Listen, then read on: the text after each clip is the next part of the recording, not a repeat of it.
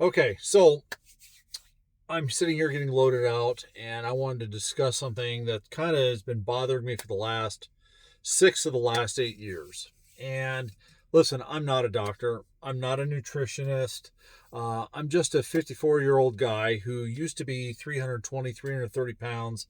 I was exhausted, inflamed, and I was out of answers until my doctor in July of 2018 introduced me to a ketogenic lifestyle. And I want to explain something I learned the hard way. And that is the old slogan, calories in, calories out.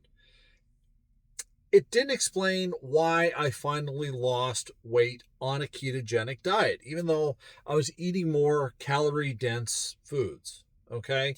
So this video today is for men out there who, like me, you've tried the right way, or you've tried multiple right ways and done what the experts said, and you still got nowhere. All right.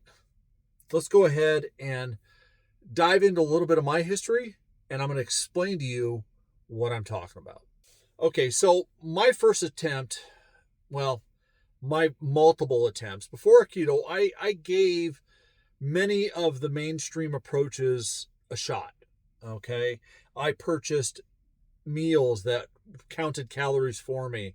I went plant based for a miserable 60 to 90 days back in, what was it, 2000, late 2017, I think is what it was. You know, back between 2016 and 2017, my wife and I, we hired a nutritionist. We followed the program. We counted the calories. I weighed my food. I logged every bite like it was an accountant reviewing audits for the IRS. Okay. And yeah, I lost some weight. Not going to pretend I didn't. But calories in, calories out didn't help me maintain a standard weight loss. And to be honest with you, I wish I had kept my old logs from back then, just to show you how much micromanagement was required. Because here's the thing, is the second I stopped counting every calorie, the weight came back, and it came back fast, and it brought friends. Okay. And it didn't what's the phrase I'm looking for? It didn't address the problem of always being constantly hungry. If CICO truly explained everything, that shouldn't have happened. But it did, because that approach for me wasn't sustainable for me. And let's be honest, for a lot of blue collar men and a lot of busy men who have jobs and families and lives that don't revolve around a food. Our lives don't revolve around a food scale. 3 meals a day, 2 meals a day, it doesn't matter. It doesn't revolve a food scale. And this is where the keto and eventually the carnivore and the ketovore lifestyle came in for me. Years later, I switched in July of 2018, and suddenly, without counting calories, the weight started coming off again. Now, I was counting macros. Initially, I was counting macros. Here's the strange part. I was eating foods that were more calorically dense. I'll give you an example. 1 gram of fat is considered 9 calories per gram. Okay. Carbs are considered 4 calories per gram. Okay. So according to the calorie math, switching to a higher fat food diet, it should have been a disaster according to CICO. But it wasn't. It worked, and better than anything else that I had tried before in the past. So clearly there was something happening, or there's something besides calories that was driving the results. And here's what it was. And I'm going to talk to you as somebody who lived this experience. Here's what I learned. You don't eat by the gram. We eat according to our hunger and to our satiety. Okay?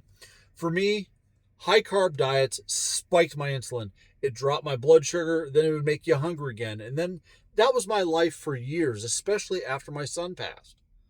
I was always hungry. I was always eating, and calories in, calories out required something that it required willpower that is very hard to manage when you're always hungry. And that's the main problem I have with calories in, calories out.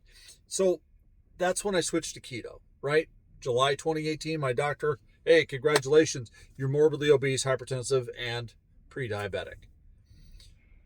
When I went keto, my hunger went down. My cravings vanished. I wasn't thinking about food every 2 to 3 hours.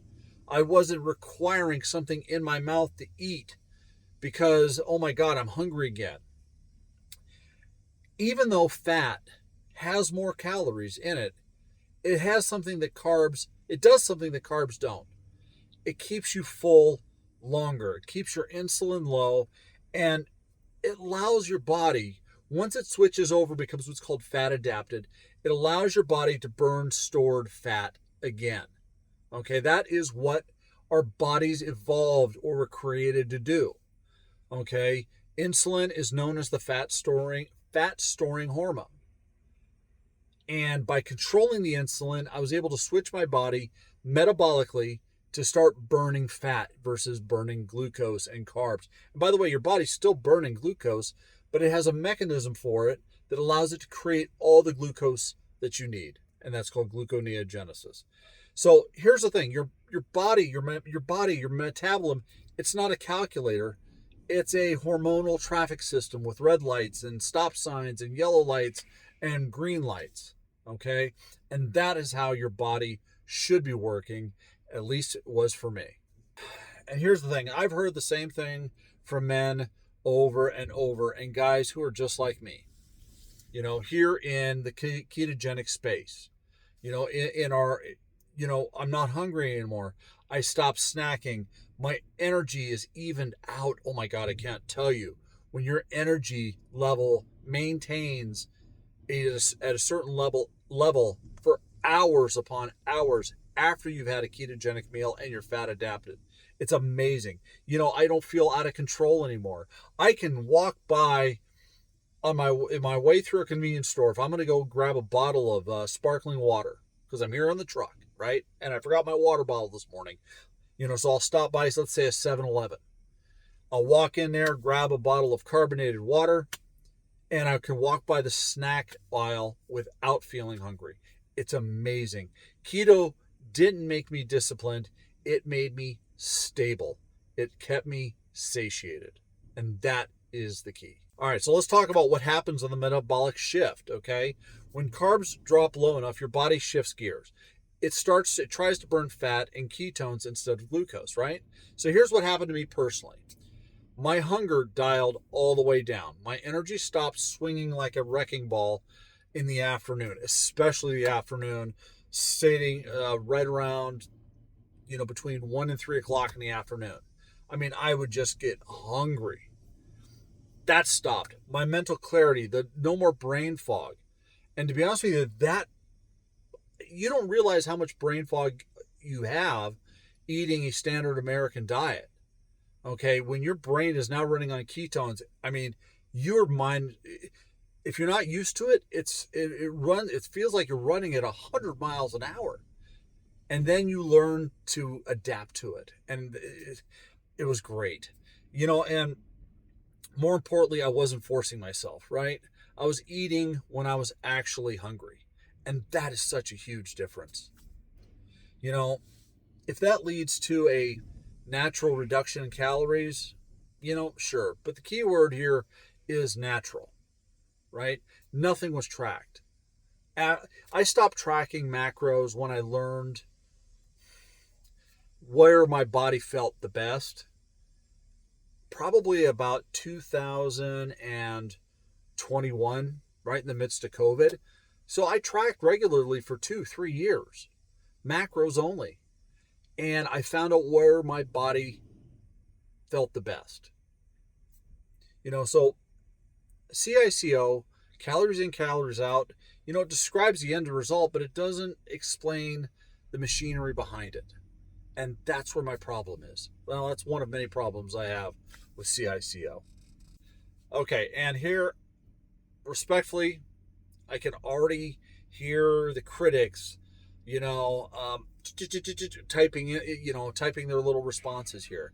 Because if you're on X or Facebook, there's always these PhDs and MDs that refuse to even look at any other information out there, right? I respect them, honestly. I really do. Most of them got there by working their asses off. But here's the truth. I did the method that they recommended. I paid for it.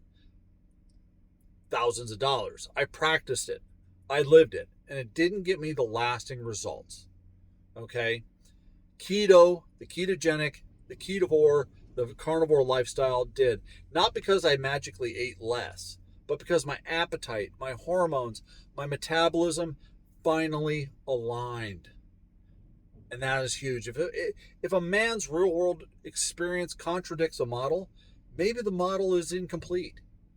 Maybe the model fails to look at certain ideas, certain experiences. And and at that point, you have to wonder, what else are they missing in whatever other endeavor that they're talking about?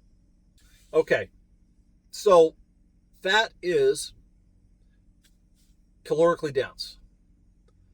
And when I switched to a high fat way of eating, I still lost weight. Not because I tracked the calories, not because I starved myself, I didn't, but because the way I ate changed the way my body and what my body did with those calories. Okay?